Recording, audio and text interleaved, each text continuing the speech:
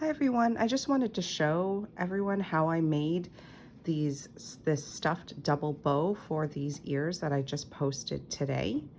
It's relatively easy. I use the sew method for making my ears, but definitely if you don't have a machine, this can absolutely be done hand sewn. I would just, if you want it to be very secure, I would just double stitch it with a straight stitch along the seams, just so that it's a lot more secure and won't, the batting and stuff won't come out.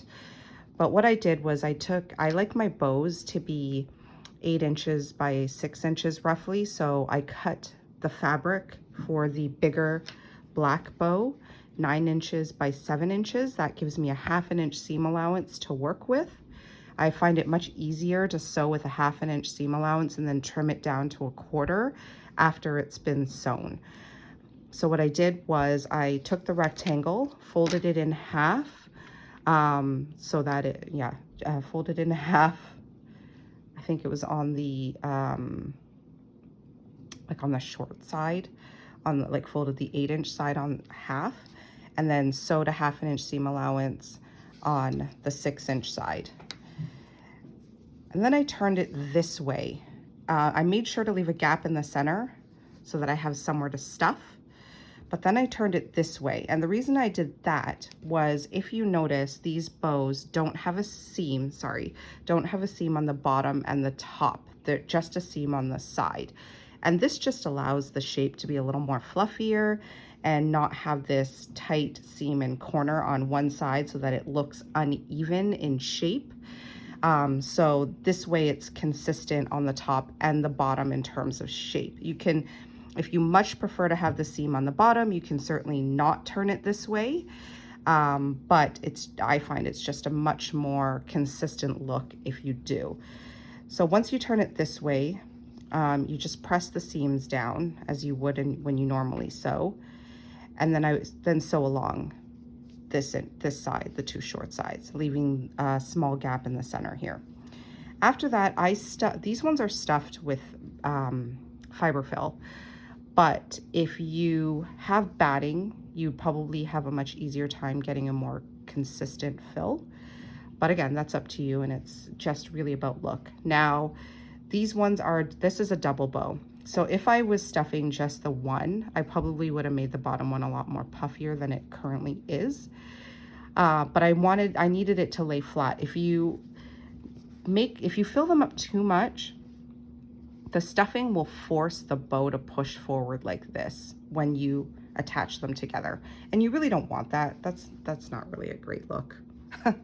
You want it to lie a little flatter. So that's why it'll take some finicking with the stuffing. I stuffed them and then pulled some more out and pulled some more out and spread it out and stuff like that until I got the look I liked. And I just kept pressing it together until it still looked puffy, but laid a little flatter. Once that was done, I invisible stitched the hole closed. And you want to make sure that there's no stuffing in the center, because when you do the gathering, you don't want that to be full of stuffing. So it's just going to be stuffed just on the sides like these are. The centers are completely empty. And then for these ones, I sewed the band in the center. So again, I took a smaller piece of fabric. Now I don't have exact dimensions.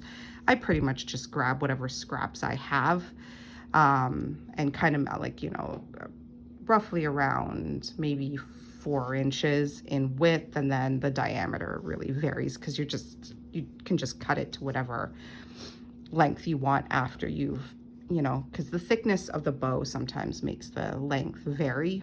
But anyways, and then I just, again, 1/2 inch seam allowance, sewed, and then cut the excess fabric off, and then turned it inside out so that the seam was on the inside, and then wrapped it around the center and kind of got a rough estimate as to how tight it needs to be. And then I put it through my sewing machine and seamed it just along the side there, wherever I marked it for tension. And then took it out, turned it inside out, cut off the excess, and then just pretty much shoved the bow through the ring. And their bows are pretty squishy, so it's really not that difficult, just might take some finicking with it. And these ones are, you can definitely glue your ears on, and I do sometimes, but these ones are sewn on, again with an invisible stitch. It's a little harder to do on this tiny little space, and then it's invisible stitched again on the back. But that is how I attach them, and that is how I made it. So I hope that helps everybody. And yeah, good luck, and I hope you like how they turned out. Thank you. Bye-bye.